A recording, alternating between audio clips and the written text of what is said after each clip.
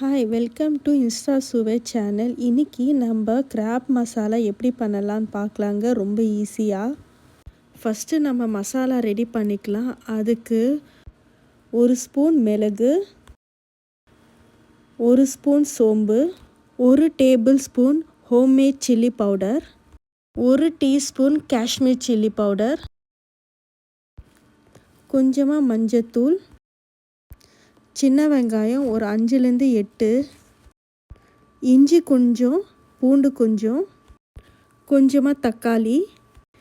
இது எல்லாம் மிக்ஸி ஜாரில் சேர்த்து ஒரு பேஸ்ட்டு மாதிரி அரைச்சிக்கலாம்.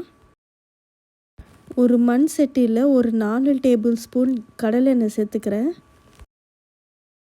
1/2 டீஸ்பூன் சோம்பு, 1 கப் கட் பண்ண வெங்காயம் சேர்த்துக்கிறேன்.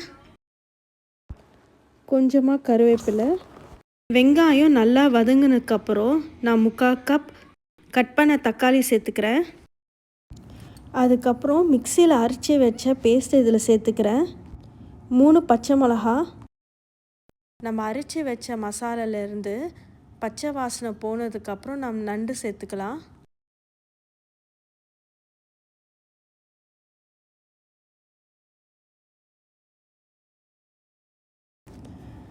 நல்லா மிக்ஸ் பண்ணி விட்டுக்குங்க. மசாலா நல்லா மிக்ஸ் ஆகணும். மூடி போட்டு ஒரு 2 நிமிஷம் வேகட்டும்.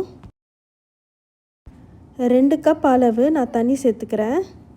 இந்த நண்டு மசாலாவுக்கு தேவையான உப்பு, கொத்தமல்லி சேர்த்துக்கலாம். தண்ணி நல்லா சுந்திருச்சு. கிராபும் நல்லா வெந்திருக்கு. அவ்வளோதாங்க, கிராப் மசாலா ரெடி.